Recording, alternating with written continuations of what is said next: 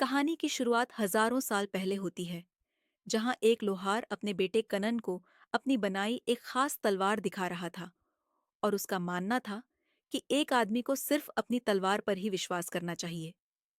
अगले दिन जब कनन अपने कुछ दोस्तों के साथ जंगल की सफाई कर रहा था, तभी उसकी नजर सामने से आ रहे दुश्मनों पर पड़ी, जिन्हें देखते ही कोनर ने अपने गांव की तरफ भागना शुरू कर दिया। लेकिन उसके दुश्मन उससे पहले ही गांव में पहुंचकर लोगों को मारने लगे। गांव में मची भगदड़ की वजह से सिर्फ कुछ ही लोग अपनी तलवार उठाकर उनका सामना कर पाए, जिनमें से कोन नगर नाम के एक आदमी ने पीछे से उस पर हमला कर दिया, जिसके बाद उसने कुछ कुत्तों को खुला छोड़ दिया ताकि वह उस जख्मी लकड़हारे को पूरी तरह से खत्म कर सके। इसके बाद उस फौज का लीडर डूम कोन नगर बढ़ा, जिसने अपने आप को बचाने के लिए तलवार का इस्तेमाल करने की कोशिश तो की, पर डूम ने बड़ी ही आसानी से उसे अपने वश में कर लिया, जिसके बाद उसने एक ही झटके में कोन्नगर धड़ से अलग कर दिया और वहीं पास में खड़ा कनन ये सब देखकर सहम गया था। इसके बाद उन्होंने सभी बच्चों को कैद करके गुलामी के लिए एक जगह भेज दिया, लेकिन किसी को भी यह नहीं पता था कि वह हमलावर आए कहाँ से थे और गए तो गए कहाँ पर इधर कोन्नगर बहुत ही अच्छे से याद था, जिसमें दो सर वाली नागिन बनी हुई थी। इसके बाद उन सभी बच्चों का इस्तेमाल एक बहुत बड़े पहिए को चलाने के लिए किया जाता, जिसे वह लोग व्हील ऑफ पेन के नाम से जानते थे। कुछ सालों बाद काफी ताकतवर आदमी में बदल गया, जो अकेला ही व्हील ऑफ पेन को चलाने की ताकत रखता था, और उसकी इसी ताकत को देखते हुए उसके मालिक ने उसे लड़ाई में भेजना शुरू कर दिया, जहां वह बड़ी ही आसानी से लोगों को हरा देता, और इसी के चलते उसे तलवारबाजी और बाकी चीजों की ट्रेनिंग भी दी गई। इस सब के साथ साथ वह पढ़ना लिखना भी सीख रहा था। कौन लगातार लड़ाई जीतता जा रहा था, जिसकी मदद से उसका मालिक काफी अमीर बन चुका था, और इसीलिए उसने कोन नगर का आजाद कर दिया। वहां से आजाद होने के बाद फिर से अपने गांव की तरफ जाने के लिए निकल गया, लेकिन रास्ते में कुछ जंगली कुत्तों ने उस पर हमला कर दिया, जिनसे बचने के लिए उसने एक चट्टान का सहारा लेने की कोशिश की। पर तभी उसकी नजर उस चट्टान के नीचे बनी राजा की गुफा पर पड़ी, जहां से उसने राजा की तलवार को उठा लिया ताकि वह अपनी रक्षा कर सके। इसके बाद कई सालों तक कोन्नगुंटे औरत मौजूद थी, जिसने उसे अंदर आने के लिए कहा। दरअसल वह कोन्नगर में पूछा तो वो उसकी मदद करने के लिए पूरी तरह तैयार हो गई, लेकिन इसके बदले में कोन्नगर होगी। उसके बाद सुन के कोन्नगर पूछ पूछ खैर, बाद में उस औरत ने बताया कि जिस चीज की तलाश में वह भटक रहा है, वो उसे शादीजार नाम के एक शहर में मिलेगी। पर तभी अचानक वो औरत एक चुड़ैल में बदल गई, जिसने कोन्न पर हमला कर दिया। अपने आप को बचाने के लिए कोन्न ने उसे जलती हुई आग में धक्का दे दिया, जिसके तुरंत बाद वो औरत एक आग का गोला बनकर हवा में उड़ गई। अगले दिन जब कोन्न वापस अपने सफर पर निकलने की तैयारी कर रहा था, तभी उसकी नजर उस घर के बाहर बंधे एक आदमी पर पड़ी, जिससे बात करते हुए उसे पता चला कि असल में उसका नाम साबोटाई था, जो धनुष चलाने में माहिर एक चोर था। लेकिन कोनर ने उसे आजाद करके उसके साथ खाना खाया, जिस दौरान उन दोनों के बीच काफी अच्छी दोस्ती हो गई। और इसी बीच कोनर ने साबोटाई को अपने मकसद के बारे में बताया, और उसकी यह बात सुनकर साबो आई ने भी उसकी मदद करने का फैसला किया। इसके बाद वह लोग शादीजार नाम के एक शहर में पहुंचे, जहां पूछताछ करने पर एक आदमी ने उन्हें बताया कि उन्हें वैसे दिखने वाले चिन्ह टावर ऑफ स्नेक्स में मिलेंगे, जो एक नए धर्म के लोगों का मंदिर था। आदमी ने बताया कि साथ वहां ही बेशुमार उस खजाना भी है, जिसमें आई ऑफ सर्पेंट नाम का एक खास रूबी मौजूद है। उसी रात जब टावर ऑफ स्नेक्स में घुसने की कोशिश कर रहे थे, तो वहां उनकी मुलाकात लेरिया नाम की एक और चोर से हुई, और जल्द ही उन्होंने एक साथ मिलकर इस चोरी को अंजाम देने का फैसला किया। थोड़ी देर बाद जब लीरिया उस मंदिर के ऊपर पहुंची, तो उसकी नजर रेक्सर पर पड़ी, जो उस वक्त एक खास पूजा कर रहा था, जिसमें वह एक औरत को अपने वश में करके सांपों से भरे गड्ढे में गिराने वाला था। उधर कनन और साबोटाय उस जगह पर पहुंच गए जहां आई ऑफ सर्पेंट रखा हुआ था, लेकिन वहां पर एक बहुत बड़ा सांप हर वक्त उसकी रखवाली के लिए मौजूद था। लेकिन खुशकिस्मती से उस वक्त वह सांप सो रहा था, और इसी मौके का फायदा उठाकर उन दोनों ने वहां मौजूद सारा खजाना लूट लिया। जिस दौरान कोन्नगर एक नेकलेस पर पड़ी जिसमें वही चिन्ह बना हुआ था, और उस नेकलेस को देखकर वह समझ गया कि वो सही रास्ते पर हैं। लेकिन फिर उसी वक्त वह सांप भी जाग उठा, जिसके बाद उन दोनों के बीच लड़ाई शुरू हो गई। पर कौन जैसे तैसे उस सांप को खत्म करने में कामयाब रहा। उधर जैसे ही रेक्सर को इस बारे में पता चला, तो वह गुस्से में आग बबूला हो गया, और उसने तुरंत ही अपने सैनिकों को कोन नगर भी वह तीनों सही सलामत वहां से भागने में कामयाब हो गए। और इस जबरदस्त कारनामे के बाद उन्होंने एक शानदार जश्न मनाया, जिसमें कोन नगर ने वो खास रूबी लेरिया को तोहफे में दे दिया।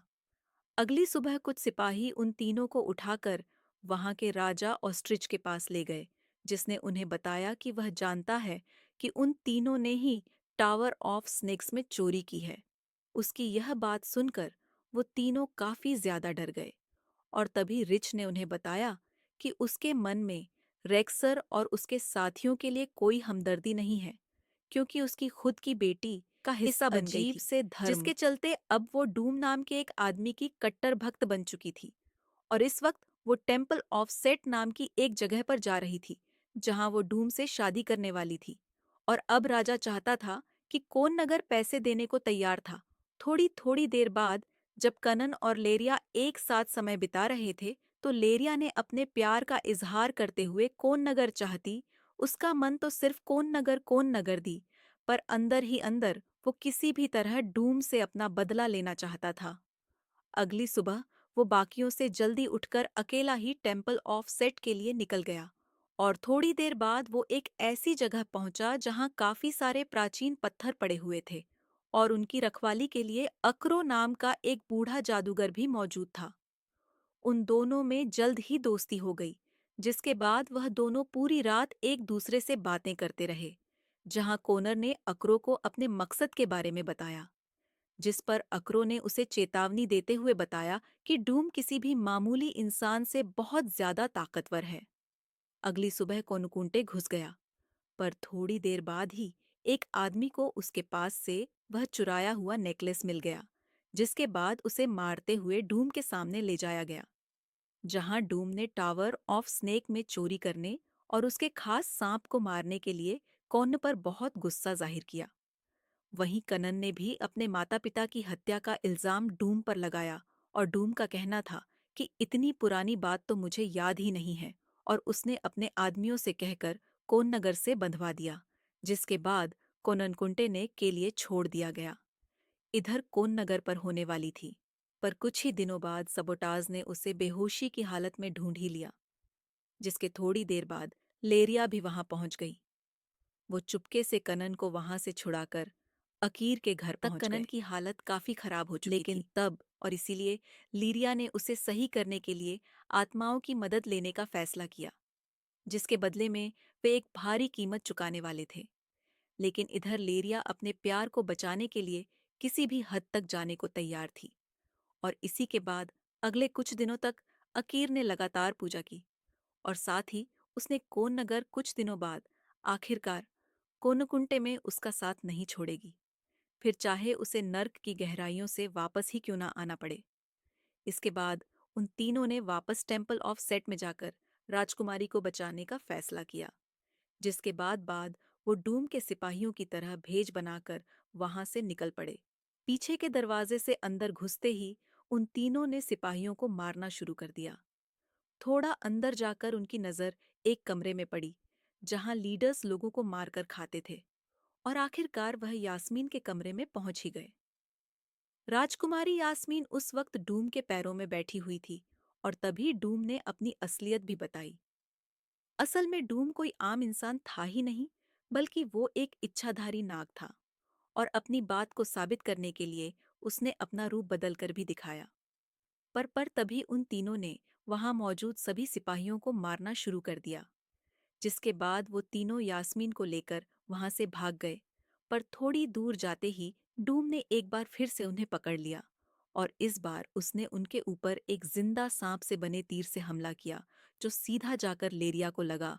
कोन नगर ही घोड़े से उतारकर बचाने की कोशिश की, पर तब तक बहुत ज्यादा देर हो चुकी थी, और जाते जाते उसने कौन से कहा कि उसने अपनी जान की कुर्बानी तक लगा देने का वादा किया था, जो कि अब उसने पूरा कर दिया है। इस बार कनन ने पूरे रस्मों रिवाज से लीरिया का अंतिम संस्कार किया, जिस दौरान पास में बैठी हुई यास्मिन बोलते ने हुए उसे बताया कि बेवकूफ डूम इस आग को देखकर यहाँ जरूर आ जाएगा। जिस पर कोनर ने जवाब दिया कि यही तो मैं चाहता हूँ। इसके बाद कोन नगर में लग गए। थोड़ी देर बाद डूम ने अपनी सेना के साथ उन पर पूरी ताकत से हमला कर दिया, पर अपने बिछाए हुए जाल की मदद से कोनन कुंटे रेक्स और कोन्नगर रहा था। और जैसे ही वो कोन्नगर अपने वादे के मुताबिक वहां पहुंच गई और उसने रैक्सर के हमले को अपनी शक्तियों से रोक दिया, जिसका फायदा उठाकर कोनर ने रैक्सर को तबाह कर दिया। इधर अपने सारे सैनिकों के मरने के बाद डूम ने आखिरकार यास्मीन को मारने का फैसला किया, और इधर यास्मीन उसे अपना प्यार बताते हुए उससे अपनी जान की भीख मांग रही थी। पर डूम को इस बात से कोई फर्क नहीं पड़ता था, और उसने एक सांप से बना तीर यास्मीन की तरफ छोड़ दी दिया। लेकिन ऐन वक्त पर कोनर ने बीच में आकर उसे बचा लिया। अपने सामने कोई चारा न दिखते हुए डूम ने आखिरकार वहां से भागने का फैसला किया। अपने मंदिर में वापस पहुंचकर डूम ने अपनी शक्तियां बढ़ाने के लिए एक पूजा शुरू कर दी, और उधर यास्मीन की मदद से कोनर एक बार फिर से मंदिर के अंदर घुस गया। और उसे वहां देखते ही डूम ने उसका स्वागत किया, और साथ ही डूम ने उसे अपना बेटा कहकर भी बुलाया, क्योंकि उसके मुताबिक उसी ने कनन को जिंदगी जीने का लक्ष्य दिया था। डूम ने अपनी ताकत से कनन को अपने वश में करने की कोशिश की, जिसमें थोड़ी देर के लिए वह कामयाब भी हो गया। पर तभी कोन्नगर और कोननकुंटे में जर जरूर बताना मिलते हैं।